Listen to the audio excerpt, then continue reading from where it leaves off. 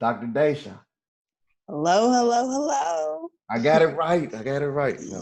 Um, this is Art the Architect with More Than a Haircut podcast.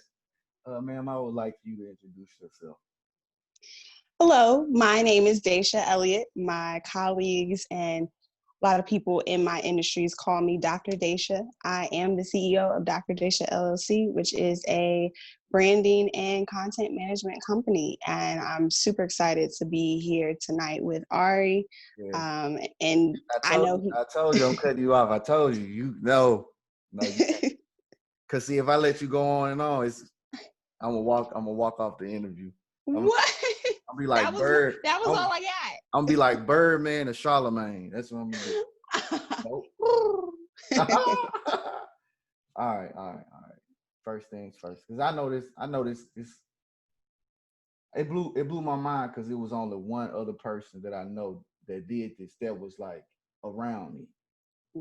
First question: explain what type of work ethic that is, mind frame, and focus it took to finish high school at 13.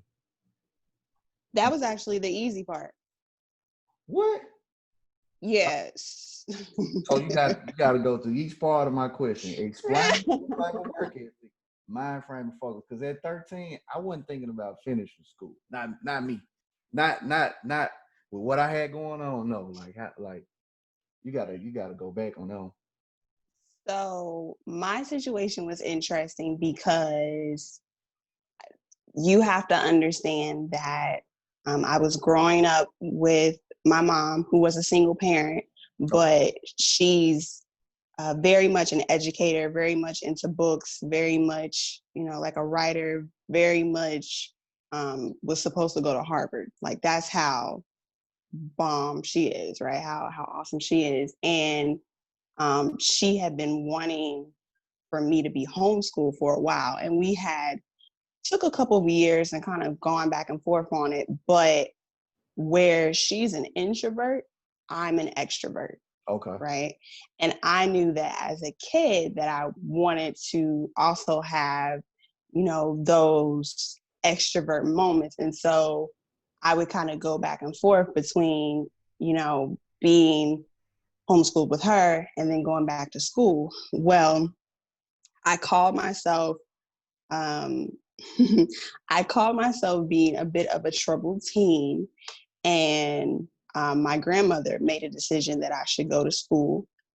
And then it got to a point to where I did something I wasn't supposed to, and I got suspended for a couple of days. Now, I was, for the most part, a straight A student, and I was, a very likable kid, but it was a situation that I felt like I took a little bit too personal. I didn't understand, the ramifications of my actions. And so after that, my mom was like, you know what, you're going to be homeschooled. And the program that she found, it was at the time, you did everything through the mail and you did it at your own pace. Okay. So with all of that background knowledge,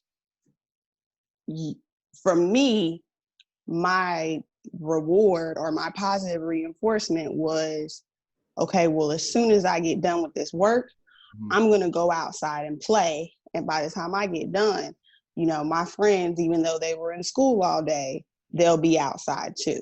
You'll be able to vibe with them. Right.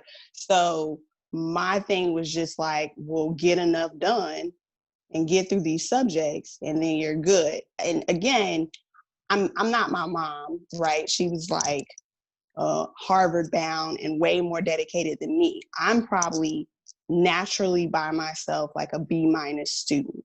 Okay. So I'm going through stuff.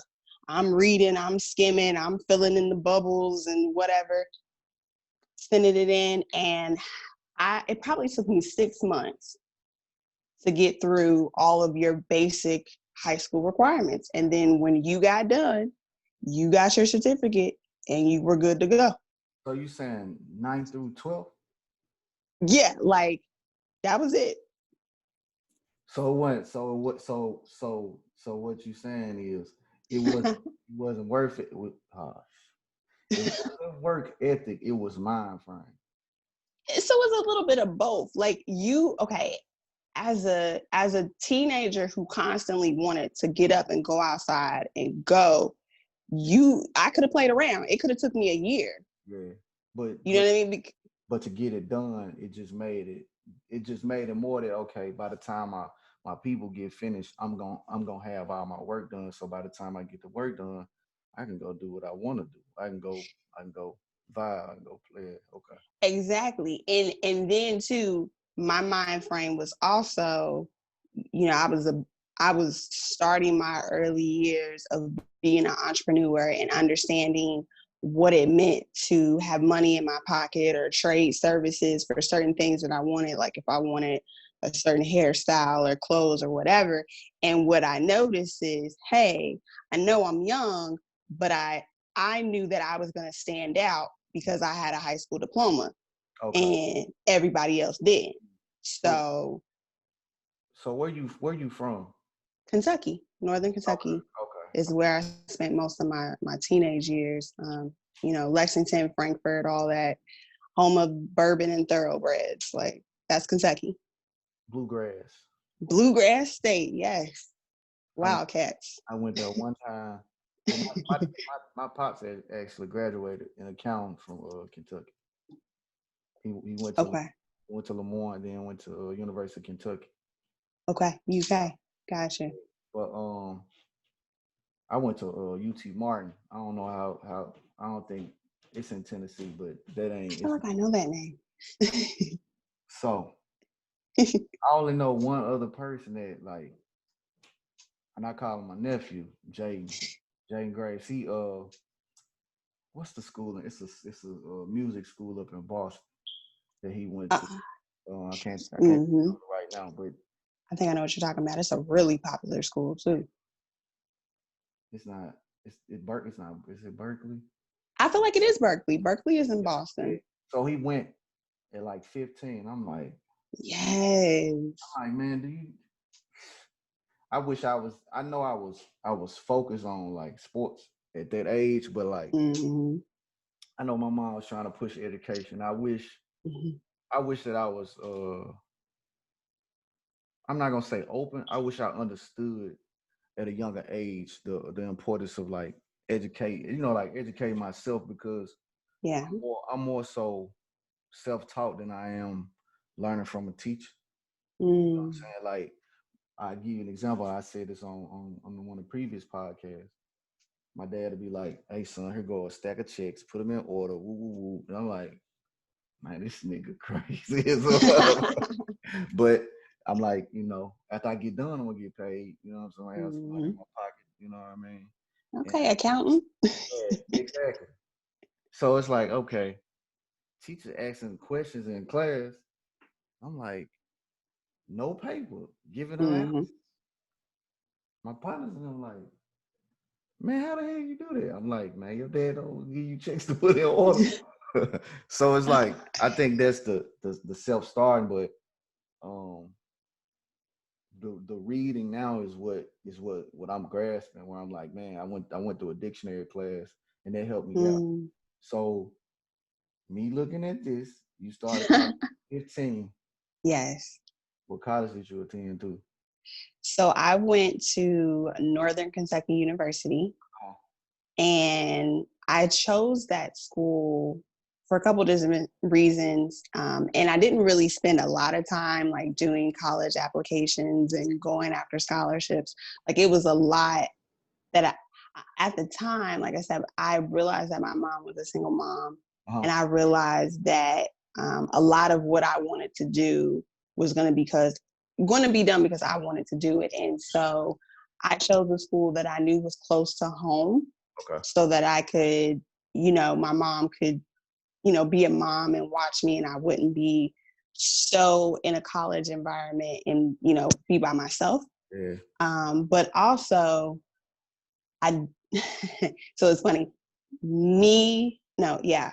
My mom and I are the results of a love affair that happened at Kentucky State University, right? So, So you, yeah. wow. So you went to North Kentucky, but it was Western West. Hold on. You went to Northern Kentucky, but it was a Mhm. Western State University, or did No, yeah. no. So what I'm saying is like, my grandmother and my mother, they went to Kentucky State. Well, actually, my grandmother and my grandfather and my father went to Kentucky State University.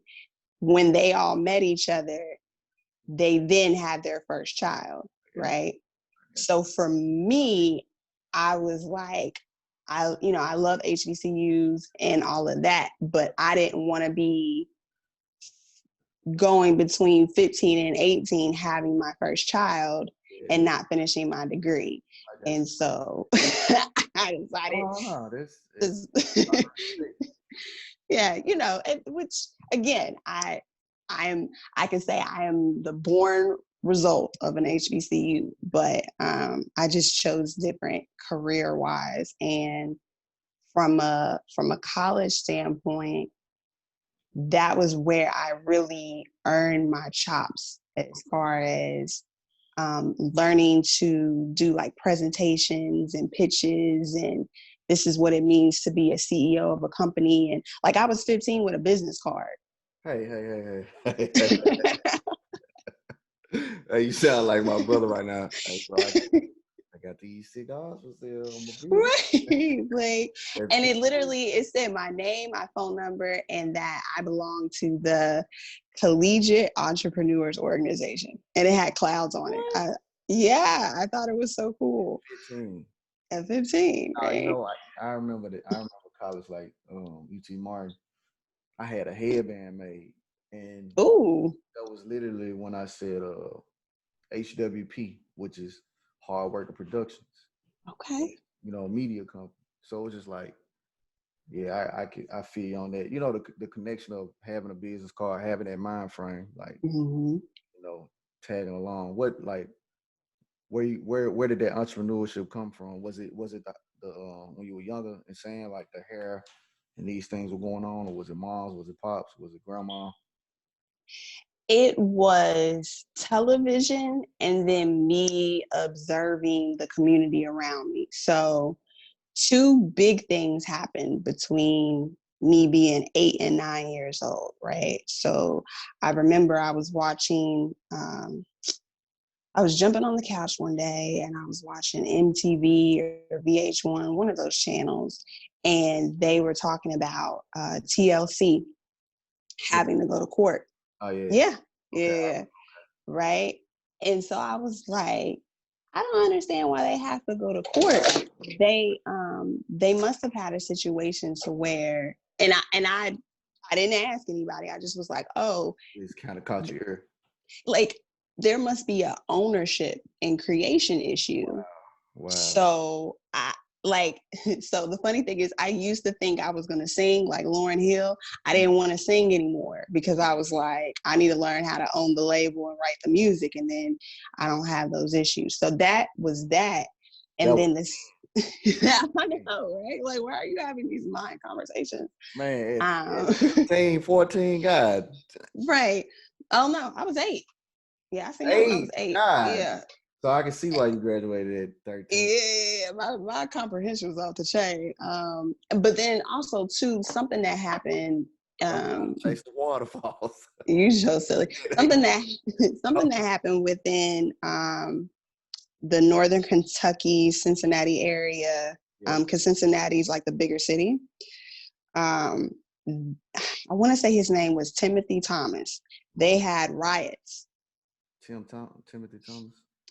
So they were having a gentrification issue Okay. with their downtown. And Cincinnati was. yeah, Cincinnati was. That's why Yeah. my people from Cincinnati. Or they in Mhm. they from Memphis, but they in Cincinnati. But I'm with you though. So the same way, we have a Philandro, Castile, and Yeah. all those other situations with the police, that happened in 2000. Okay. Yeah, and I said, huh, they must not own anything. Mm-hmm. Like, who in my neighborhood owns their house or owns their business, or like that must be why there's this sense of I don't have any power or nobody's you know what I mean, coming from me. And so from there, like the seeds were planted for me to want to own. I got you. I got you. No, that's. I Cause mean, that's. I can say I can. I'm just going back in my mind on that time frame, and it's like mm-hmm, something came up from when I was a child and thinking about what you're saying, and mm-hmm, something that went on in '99 in a video that I just recently watched, and it was the brother was speaking about ownership and like protecting ourselves in mm-hmm. 2000s. I don't know if you're familiar with Khalid Muhammad. No. Cali. Mm-mm. So he was actually talking about Tupac. He was also talking about um actually ownership, meaning that we protect ourselves, we do for self, and we're doing for self. That goes back to ownership. Gotcha. The aspect of the Tim Thomas cat, it made me think about being in Memphis in '99 and not hearing until years later about the case with Martin Luther King Jr. You know what I mean? Where his family they wound up suing the I don't know if it was the United States or they had a trial in Memphis. I say that, and Okay. that information was brought up, but it wasn't until like later on that people actually found out in Memphis, and a lot of people still don't know about that. Like they settled in court on the death of Martin Luther King, and they showed who all had pieces to do with that. Yeah. I mean, ownership is huge. Yeah, he And brought it, up he brought up a good point with TLC too. yeah. And I there wasn't anybody in my family that was like in the music industry, but again, I love music so much that it taught me about, the way that culture, and it introduced me to certain characters that I know would have an impact on my life. And so shout out to having cable and jumping on the Man, couch. because that like and that was the other point of I think TLC and them, like listening to Left Eye Talk. She was the one that was actually up on game with business and saying, Yeah, "We only making this, we making pennies on the dollar." And I'm like, yeah, something ain't right. "Y'all traveling all the world." And I remember Andre 3000. You know what I'm saying? Oh goodness. Talking lingo that I could understand. Like, Hmm. you know what I'm saying? Record companies owners, but we don't. They what they say, but we fly as pimps or something. Like Mm. that was the lingo, and I was just like, yeah. And then it also takes me back to walking through the house, and it's the TV is on CNN, but nobody's explaining the stock market. I'm seeing these lines go up and down like it's red today and it's green. I'm like, hey man, we could be owners in Amazon today, but I don't know about it. But it's all good. Oh, good. Yeah, I mean, it's so interesting now, kind of learning the ins and outs. And again, I can't speak on TLC situation, and I know, I don't want to be disrespectful to anybody involved, but a lot of times the contracts were, again, the person creating it has the most control, but they were designed for the most part to be a loan against your potential. Yeah, but that's So, that's, that's crucial because it's and I think that's the thing. It's not like it used to the yesteryears. I say that, and I was Mhm. thinking about our parents had radio, newspaper, TV, Mhm. Yeah. library.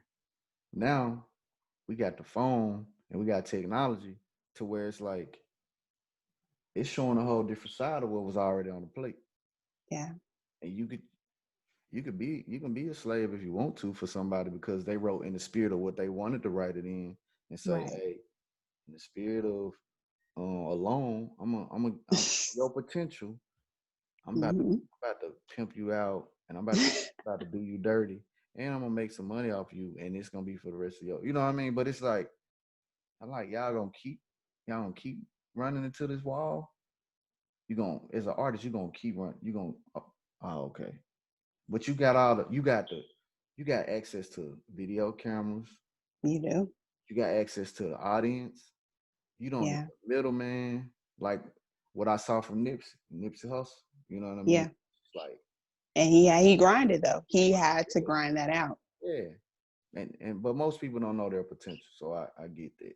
And you already answered one of my questions, which that's damn. That's I'm not in your head, I promise. I no, can't. and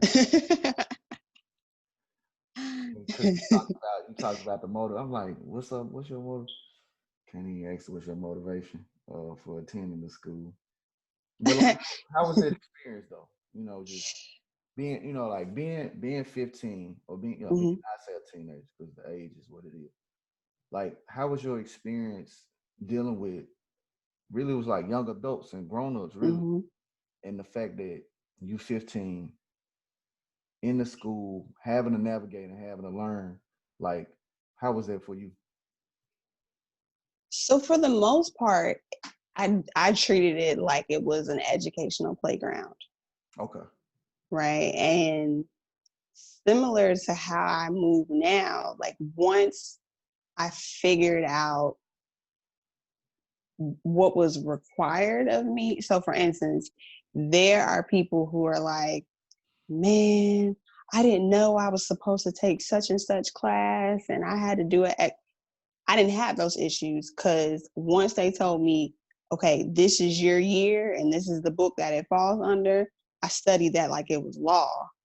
And I figured out what classes spoke to me, what I knew I could pass at the time, and and played the game and got it together and made sure I graduated, in exactly 4 years.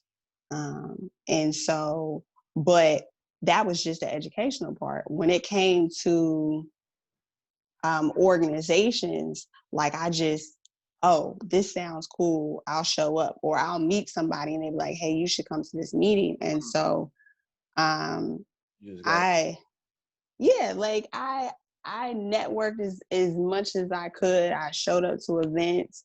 Like I said, the first my first winning presentation, my first copywriting proposal was me asking my school to fund because I was a part of the NAACP. I was the secretary, started out there.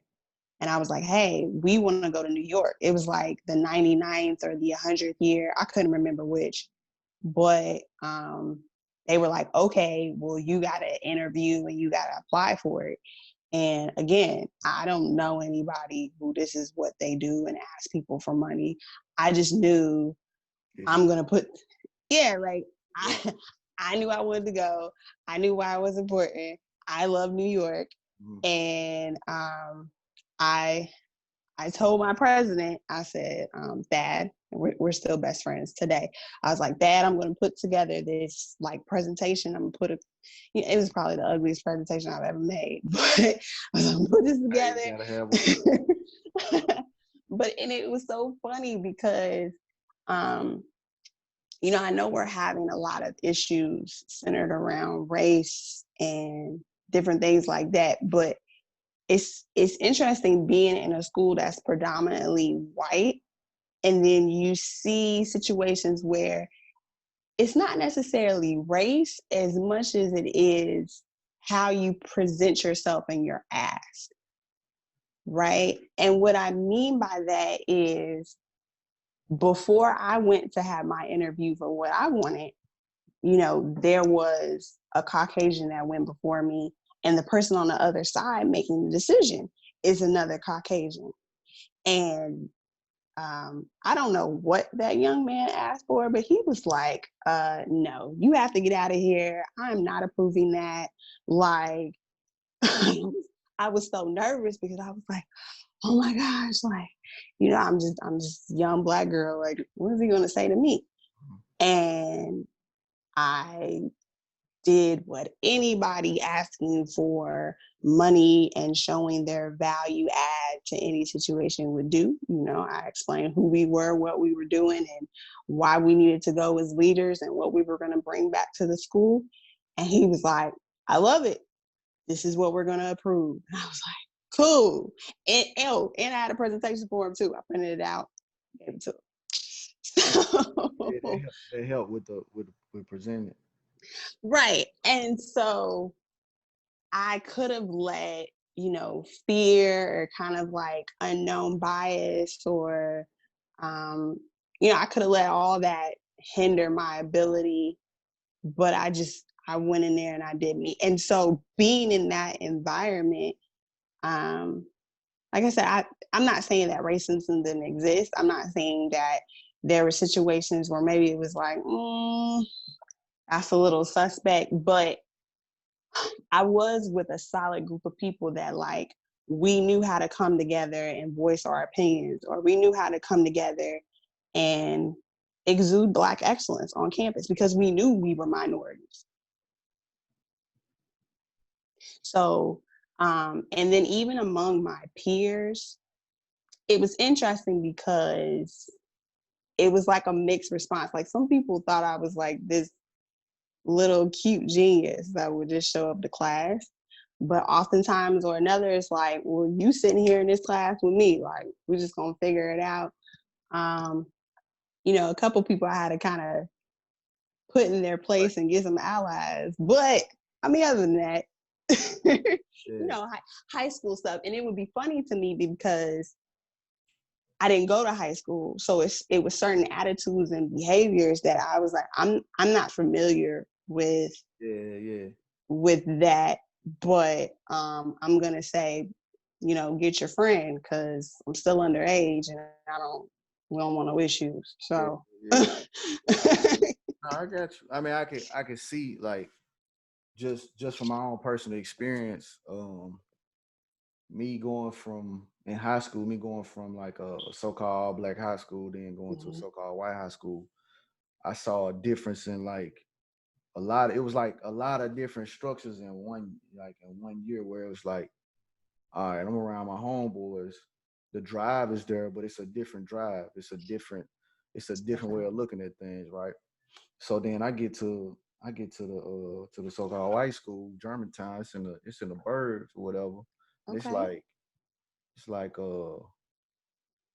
how was it? It's I was actually in a math class, and I'm like, man, I was going to sleep every day because it's like I'm playing ball, I'm tired, it's my senior year, and they were enthused in class, like everybody got their hand raised. I'm like, man, what kind of shit is this? Because I think it was because the push and the drive is different.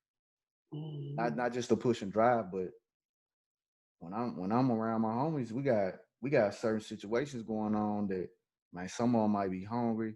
I don't know what's going on with them. You know what I'm saying? It's a lot on this side, but then I get over here and I'm like, all right, they cool. Some of them are.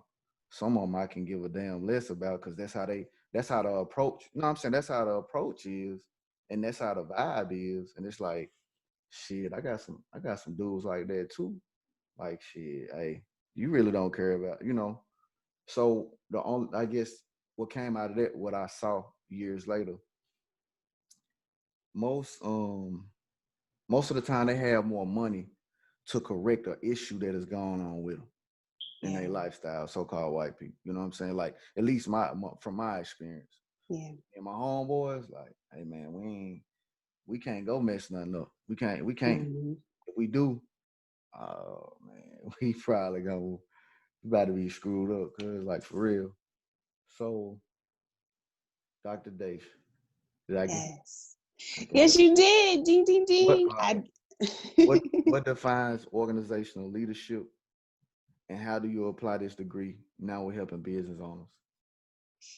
So, organizational leadership is the psychology and understanding of leadership in any aspect of business, whether it's nonprofit, financial, entertainment. Like it's how your company is structured and it's how your people are organized.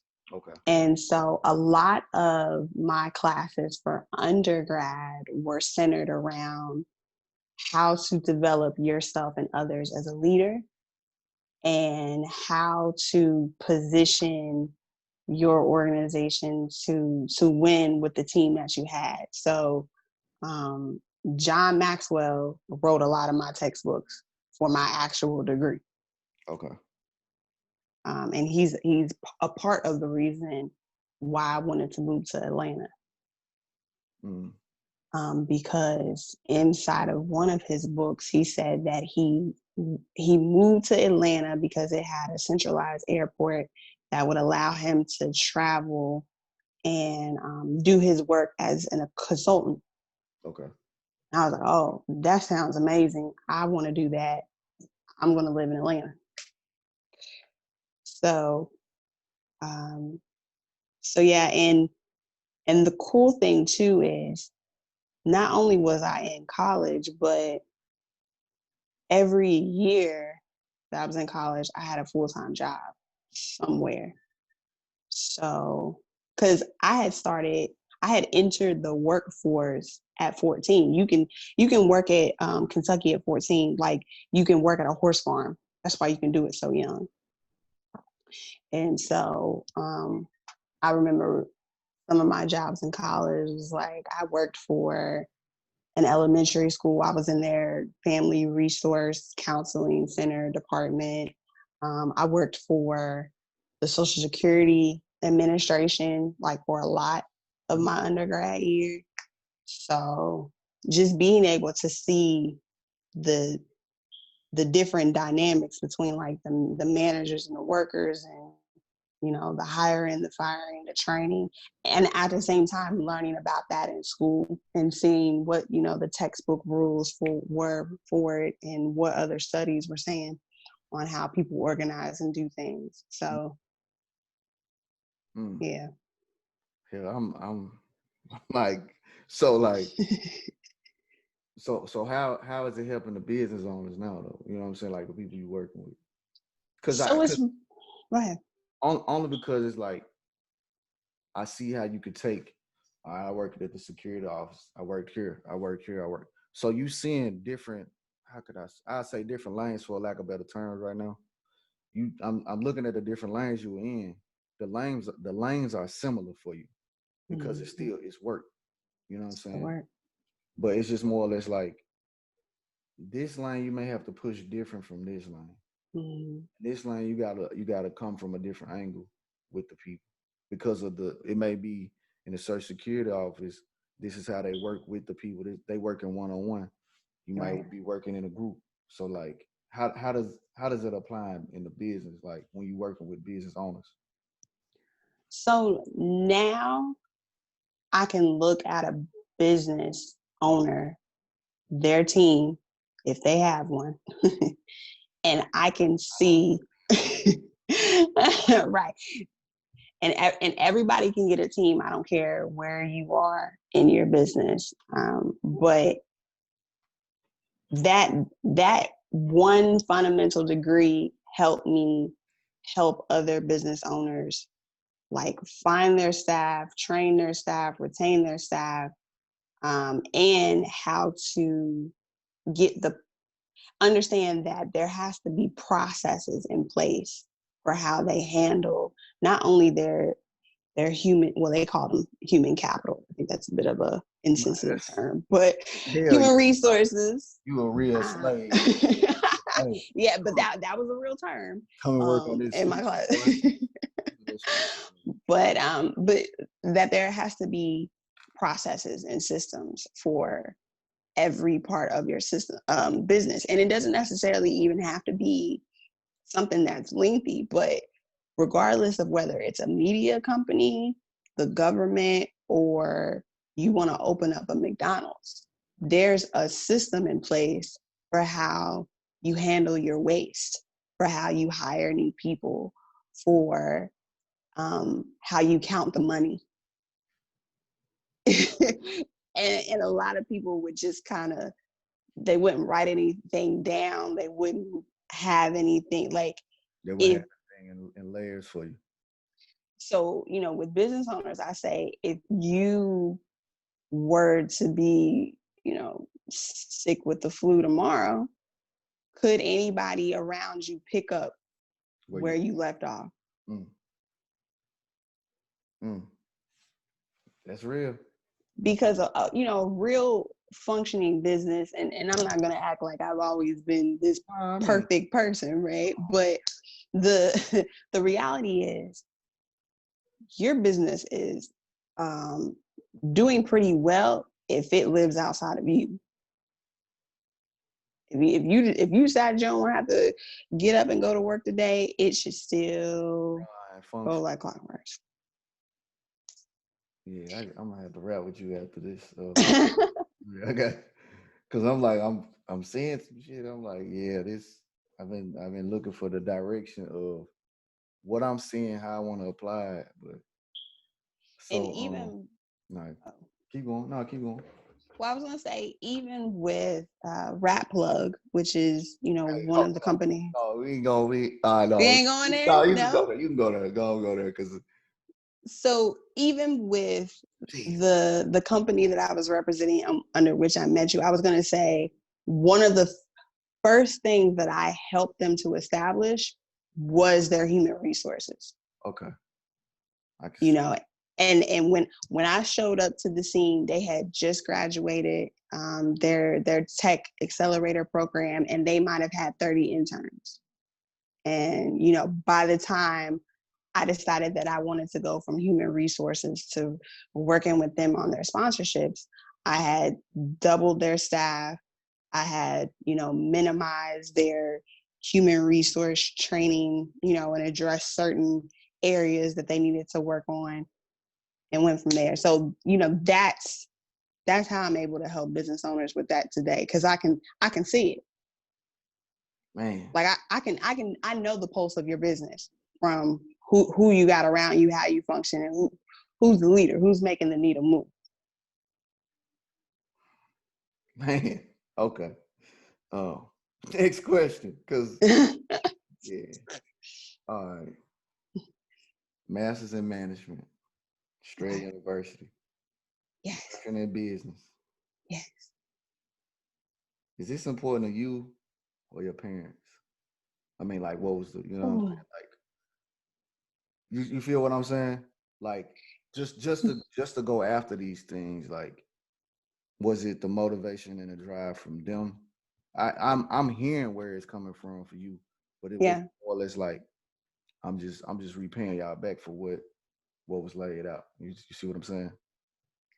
So, in a way, going towards my doctorate degree was twofold. In one sense, it was really me stepping into actually my grandfather's shoes. My grandfather is Dr. Elliott, Dr. Willie Elliott.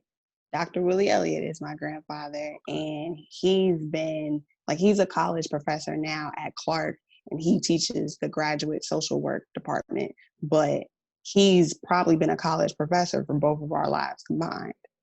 Um, and he started life as, for lack of better words, a disadvantaged youth from Cincinnati who didn't really have a chance, who shouldn't have made it, According you to know, according to statistics and life results. And, you know, he came from like eight kids, 8 or 9 kids, and now it's only two left. yeah, So that sort of thing, grew up in all that.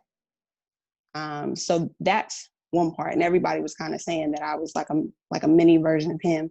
mm, Um, but then the other end of it was the education part was fun for me. Like I love to read, I love to write. And so it just was kind of like, well, that's what happens when you sit yourself down and read this book and finish these assignments. There's a degree that comes with it. with it, yeah. But Yeah. it's distractions that come along with that, man. Uh, I know not for you though. I know not for you. Yeah, I mean It's they like, look, exist. yeah. But I'm saying like that's dope that you had the focus and the determination. Like you like, look, damn all the rest of the world. I'm about to get this done. I'm on my time. I got a amount of time that I'm looking to get and I'm looking at it, I'm getting to a certain point that I want to get to. So I can see the striving and the drive. And you know what's so cool about me? So a Look at lot of people, so cool. a lot of people, this is me being humble, but this is real. Ah, it's cool. Uh, I mean, you got to get your roses because what I saw, you know what I'm saying? It's a, a lot of people are just now doing their education online. Like, oh, we got online classes. I would not have finished undergrad or my master's or even started my doctorate without online classes because I am that much of an extrovert and a traveler. And I really don't care to sit too long. Like, I don't care to be stagnant in one place. And I know it sounds weird because it's like, but you still have the discipline. But it's like, once I'm done, I'm done. I'm on to the next thing. So, because my major was a lot of it was done online, and my experiences were about me in the workplace because I was able to do my master's online, and then I was able to work with these different business owners and get my experience and put my brother through college. And then like I was able to do all that because I didn't have to go to a classroom and be somewhere so many times a week. And I knew, right, I knew that was going to be necessary for me. so that's where that so that's that 8-year-old saying ownership too. You Yeah. know what I'm saying? Like you like, look, how can I leverage? And I think that's the dope thing about life. So like I was saying with the radio, the experience of the radio and all these different things, and I call it technology because There you go, that's what tech. it was. So you take that and now you add the technology of now, and like you're saying, Mm-hmm. you able to sit at home and do and vibe. It's like that make it easier. You know what I'm saying? Like, Yeah. uh, Because I went to, I, I first went after my master's of communications because I thought I was going to be for like radio, media marketing. yeah. No, just like just media in general. And I was not paying attention and I messed around and failed a class. And I was like, you know what?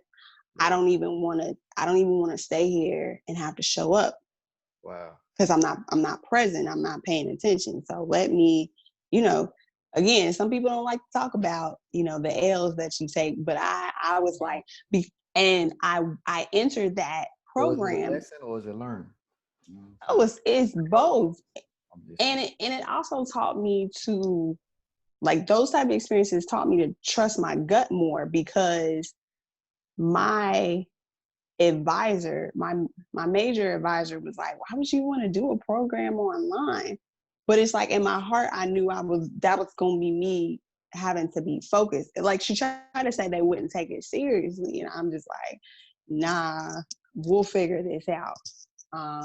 Right. So, after I had that experience, knew I was gonna find my way to Atlanta and picked a school that when I got done, the graduate, like, cause Strayer had it to where you'd have your graduation in Washington, D.C., Atlanta, or like another city. And I was like, oh, well, then that's God. Wow. Cause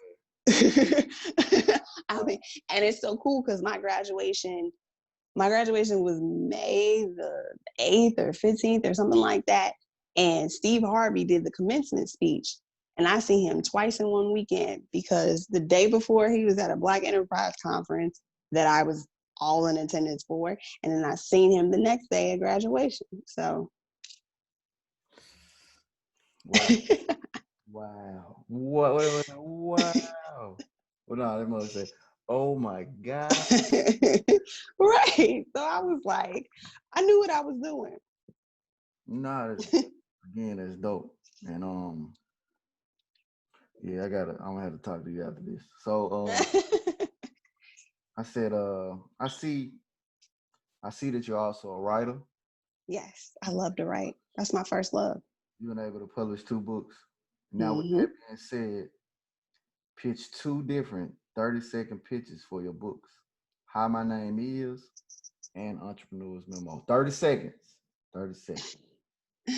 All right, I'll start with the first one. Okay.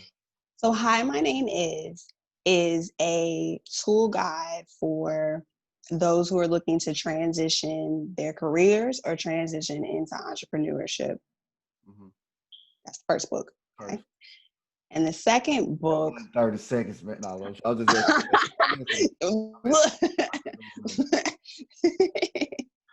You're so silly. And the second book, The Entrepreneur's Memo, has to do with helping new entrepreneurs understand the 7 segments that it takes to really, start and propel your new business. Right. So those are those 2 books. Okay. Yeah, idea came. It's hearing it now. I got an idea coming to me about some I present. I'm gonna be the presenter now. What you got? No, I'm not about to put. Yeah. You can hold on to it. My mind capacity. No, I might gonna come back to it like, doo-doo. So I'm telling you the numbers. I'll be like, you do this and you do, man. Checklist. Yeah, checklist. But how like how is the book doing though? How are the books doing? Let me ask you that. Are they still? Where are they available at? For Hi, My Name is. It's available in Amazon, and of course, you can reach out to me directly. And then the Entrepreneur's Memo, I strictly made that available online. So it's an ebook. It's something that you're supposed to be able to read in one setting because it's only like 30 pages, and so you can buy it from my website, drdesha.com, and it'll come straight to you. So yeah. We're gonna have to do another interview.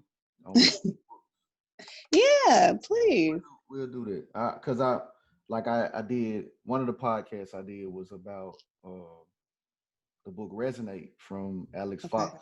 I mean not Alex Wolf, that's her name. Alex Wolf. Okay. She's I call her a serial entrepreneur, but she says she's an yes. entrepreneur. But to see how she laid the information out and to be able to grasp it from a standpoint of she's like, look, people laugh at the older people or the older generation for getting on technology and not being able to use it. I miss with them, but I'm just like, she's right because like the older people have the wisdom that the younger people need. So younger people should do more helping, give more of a lending hand to them in order to see whatever it is they have to present. And that's I like I told her, I feel like that's me being a bridge between the old and the young. You know what I mean? Where I at least try to help and extend a hand. Oh man, you covered a lot. I see that you were getting your career consulting clients on social media. And you got millions of impressions. With me having a podcast, being a barber, what's one point? Because I know you charge for your services to gain a larger audience with my podcast. Yeah, it ain't funny. It ain't funny. Serious. No, first of all, I'm a goofy person at my core, so I'm only laughing because you smile real big, like I'm gonna ask this, but I just said one point. I know you gonna have to, if you go in your bag, you're gonna be like, look, it's gonna be 35,000 for a minute. So I just want to make sure I understood your question. So you're trying to understand that with everything you have going on, how do you make your podcast stand out on social media? Is that what you're asking me? Yeah, I mean, not just social media, but like, it's definitely social media, but I guess taking a different approach to grow the audience. Because I got one thing from Alex Wolf, and she, it was dope, and I applied to what I'm doing. So just from your standpoint in your field, just one. You don't have like, because we're gonna go in the bag. Yeah, we're going in the bag one day soon. Like, yeah. So when I think about your podcast and even you as a barber, I would be curious to kind of understand what you're currently doing to connect to your core audience, to your target audience. Okay. And with understanding who it is that you want to attract, Mm-hmm.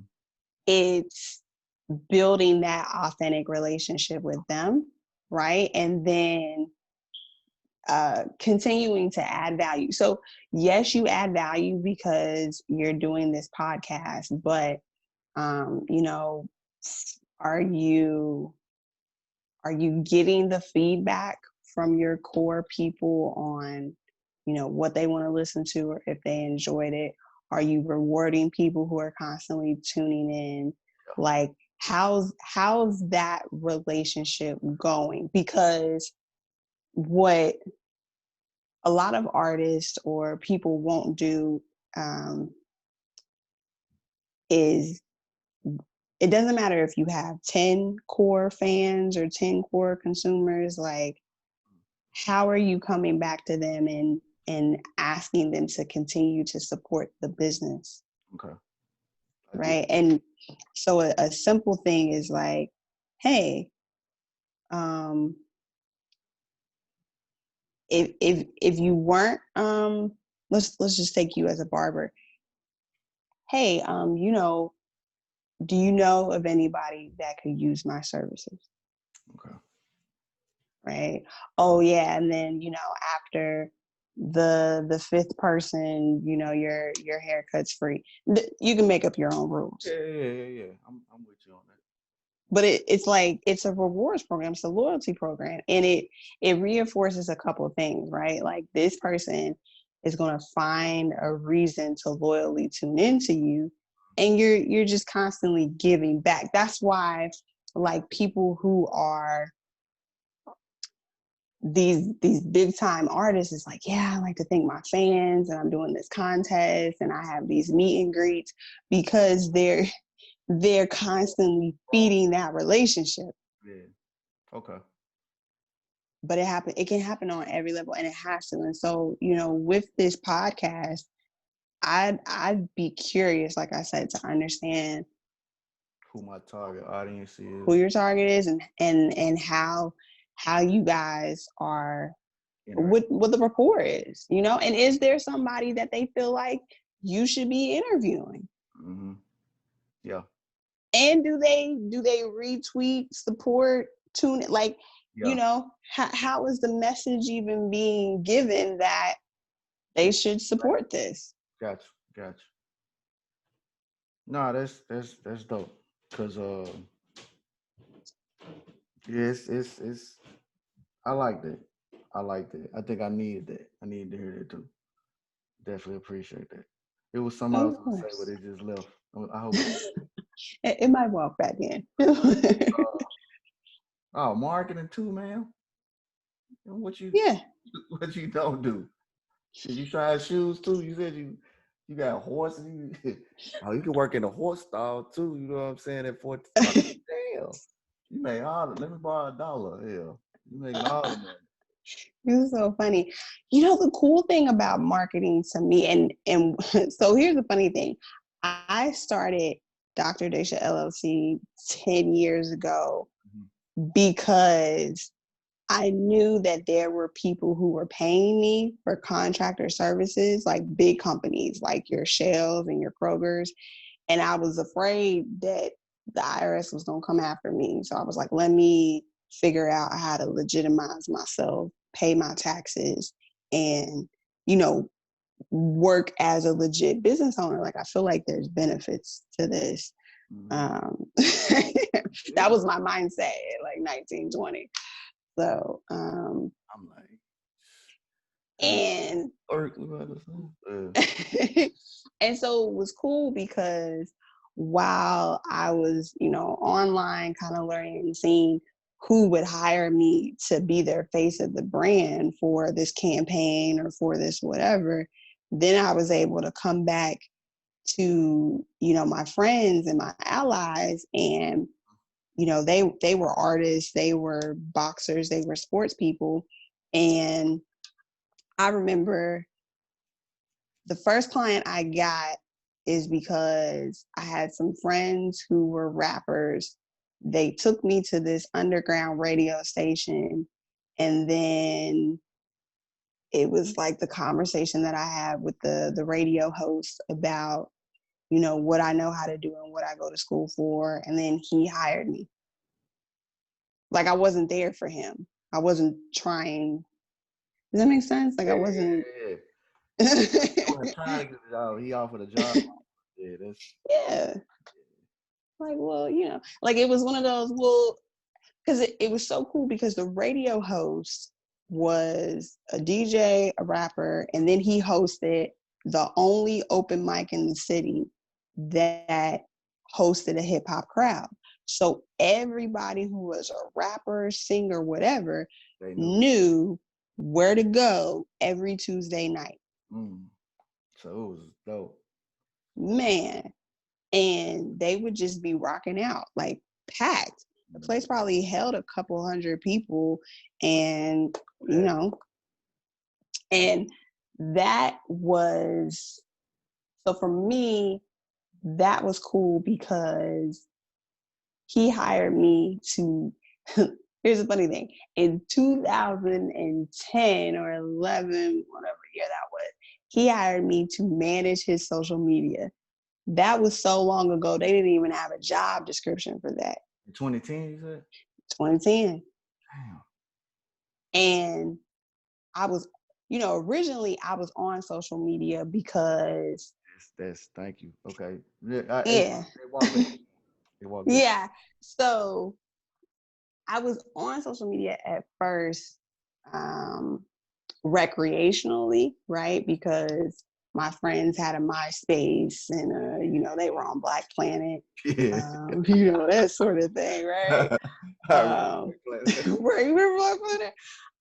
But when it was time for me to start college, one of my older friends was like, yeah, my son's in college, and they told him to get on Facebook, and Facebook is only for college people.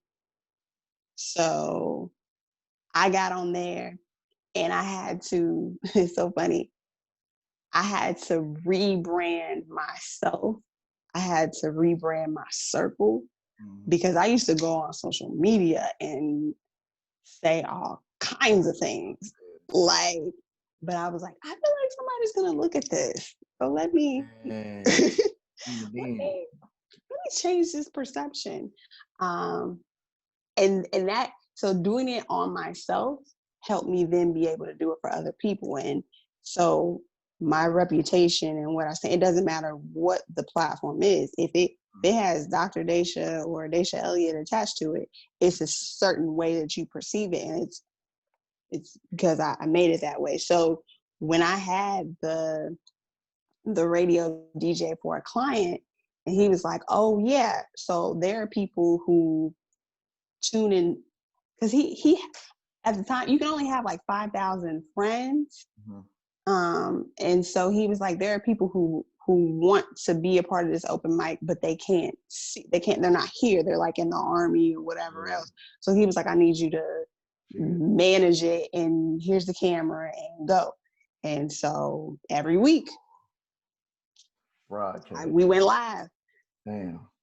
Yeah. You could have been monetizing it if we, dang. Yeah, I mean, but it probably wasn't.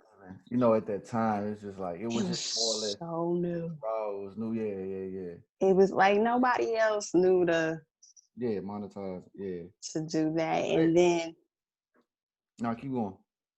Well, I was just gonna say, and then my client, he ended up getting cancer and dying. And one of his requests was like for me to run the open mic and keep it open for as long as possible. So that was an experience within itself. No, I feel you. No, I was bringing it back because like I said, to walk back the not understanding social media. I think that's I feel like the past couple of years I've been able to understand it because my brother was like, man, here go the iPhone. Here you need to do. I was like, hold up, bro. Like, I don't understand what this shit is. You know what I'm saying? Like, bro, this is not. This is. It was a whole different realm of things. So they introduced me and they showed me, but I still didn't understand the functions of it. So Mm-hmm. I feel like when I had the intern for my brother's company, his media, Okay. but Oh, yay. that's where I learned customer service though, on the whole, you know, a Ah. whole other notch. But I was able to apply that to the barbershop. So now it's like, Mm-hmm. okay, I'm a barber, but it's just that's why I say it's more than a haircut because the Yeah. customer service is showing me like I'm introducing people to the stock market, news that they may not have heard of from Bitcoin Mm-hmm. or whatnot. Uh, like the social currency aspect of Mm-hmm. look at this person, check this person out. Um, business, you know what I mean? It's so many angles. So now I feel like I feel like things will blow eventually on Mm-hmm. the lanes that are opening up for me. But I Mm-hmm. feel like it took the studying Gary V and listening to Gary V Mm-hmm. and my homeboys like, I got somebody that remind me of you. And I'm like, yeah, I got this white boy. I'm like, man, get the hell on. But once he introduced me, to him, I was like, You okay, were sold. yeah, because it was like a couple of things that were simple. He said, Mm-hmm. got to pull this point. He said, if it may come a day where basketball players can use their leverage, right, to start their own league. Ooh, This was Tyree. this was 3 years ago. Mm-hmm. Samuel L. Jackson is it Amazon, the little ring, the little voice thing. Yeah. 3 years ago, from crushing it, he said, "Hey, voice is gonna be big." Mm-hmm. He like, yeah, Alexa. I was like, Mm-hmm. then when he But, when he sat down with Nipsey and them, and then it's just like the anchor thing started from me. Matter of fact, went over one of my clients' house. mm. This recorder right here that they use in film. I take it with me. My first podcast. It may not be the one that I dropped, but one of the first ones of me starting a podcast. I'm at my homeboy house. My client B, cutting them up. We talking back and forth. We back, and it just initially started from that, just from the conversation. Sitting, you hear the clippers in the background, and I'm like, that's cold. So Gary V was like, "Hey man, go check out Anchor." Woo, woo, woo. And ever since then, it's been on to where I started recording with the phone. And then from the phone, using my camera to do little small clips, getting some feedback. Then it went from that to shit. Oh, it's a pandemic. I'm scared of everything. Like, well, shit. Let me do season 3 with it with videos. Mm-hmm. And now it's just like, damn, I got Alex Wolf. I got 2 comedians. You on here? You know what I'm saying? So my homeboy from Sacramento, he's a physician. So it's making me think about what you were talking about with, okay, who's my audience? It's Mm-hmm. almost like I'm presenting the audience. I'm just not directing it to the audience yet. Mm. But it's dope because people can go back to the information on some Gary V shit. Like, you can go back and check the footage, or you can go back and watch. Or the check the footage is from my homeboy Reggie B, but the check the footage is Gary V now. Like, just looking back, like, hey man, we were talking about when colleges need to be paying these players, and now they signing their law. You know what I'm saying? So it's just that's why I say I want to talk a little bit longer after this because it's some things that you said to where I feel like I see it from a different angle. It's more or Of less like course. I'm referring to food a lot now because I'm like, here go the plate. This is what's already on there. Mm-hmm. What if you add this to it and you see it? It's like, oh man, it's mind blowing. But I'm gonna get back to the podcast because I feel like I went somewhere with them. So, all right, what comes to mind when I say BOSS? B Couple O things. Oh, period. It's. I'm talking about your stuff though. Yeah. I know. What I am and be your own success story. So what's that, a slogan? I mean, like. So Be Your Own Success Story was a magazine and publishing company that my former mentor Howard Clay started.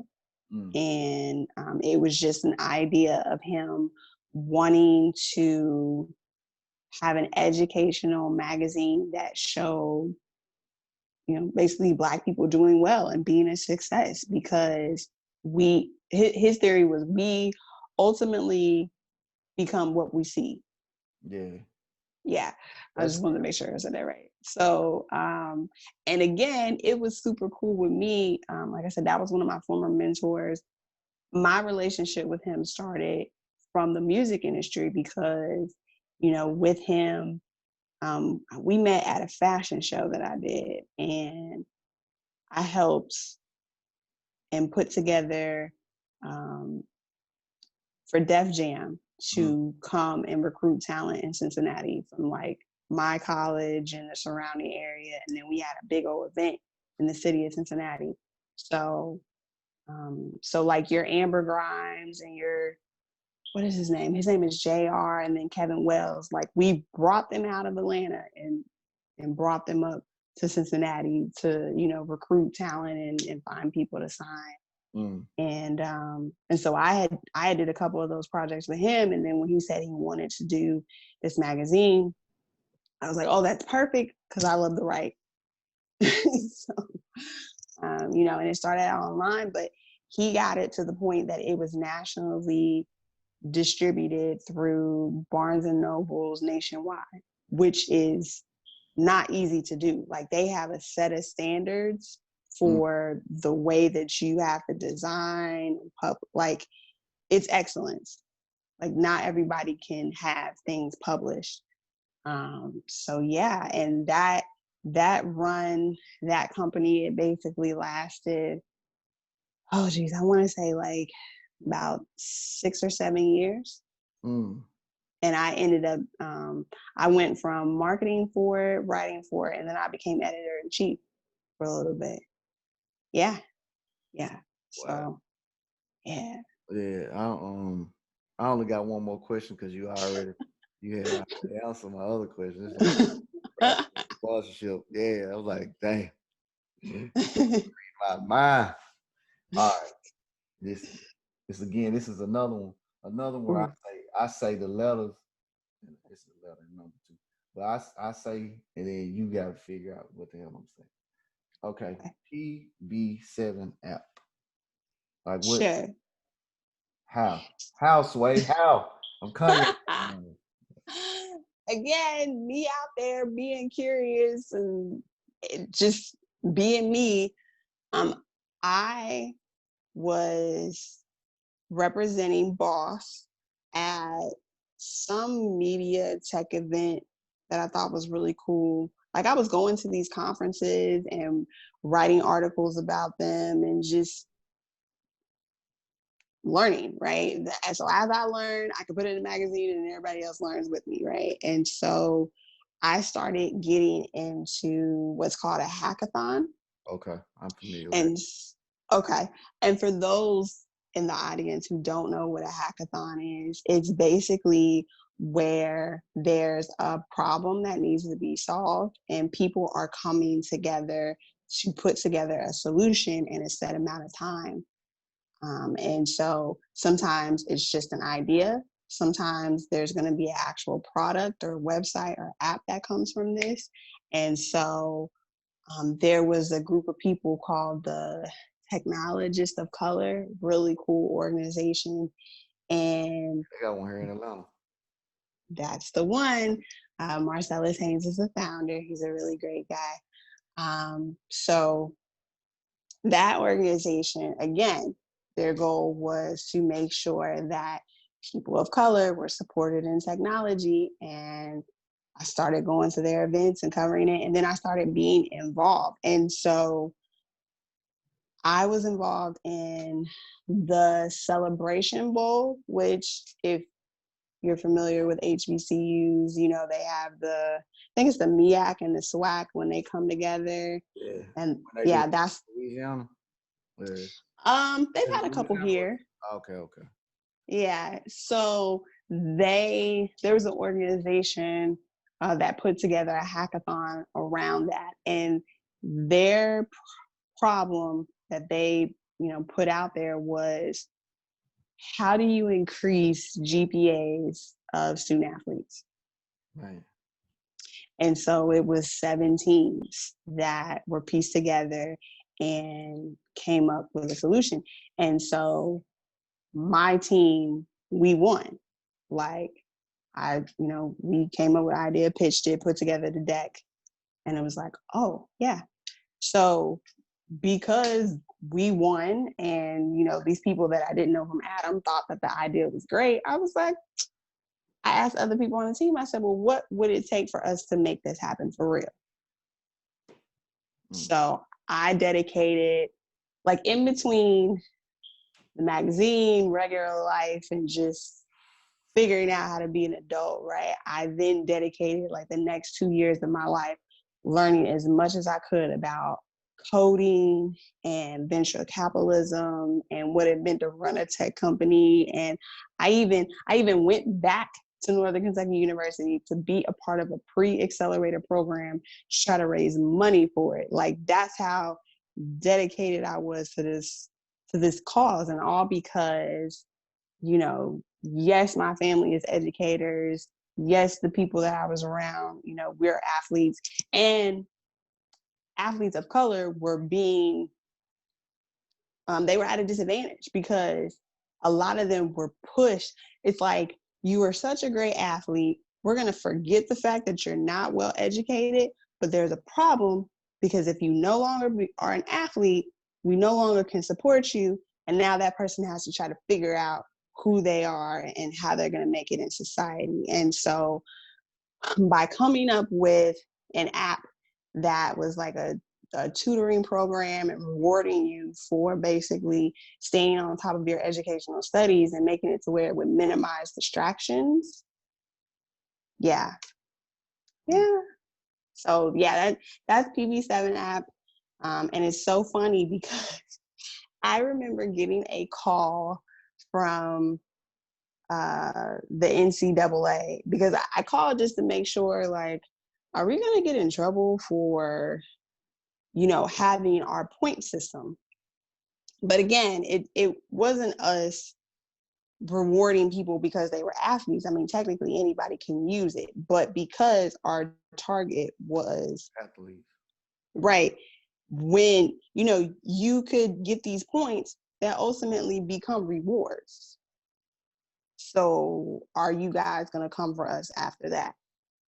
And so now I think it's ironic that, oh yeah, now by the way, you guys, are going to go back and, you know, make sure that you compensate people for their likeness. But you know, that's another conversation for another day. No, that's real though. No, that's real. But I'm just jotting down a note that something that it came to me when you was answering that question, like, damn, that's the target audience point that you just said, because it's like, damn, you come up with an app and you're able to target the actual players. Yeah. It's like, you know what you're aiming for. You know that if you hit that target, then it's on, because not only will, like you said, the HBCU use it, now you could take it to the full spectrum of the NCAA, and then you can take it to high school too. Right. You know what I mean? But yeah. Before I even say my end, is go ahead and introduce yourself, as far as, like, you know, where people can follow you, as far as the, you know, the outro. I say that, not the intro. So yeah, people can find me at Dr. Desha. That's DRDESHA.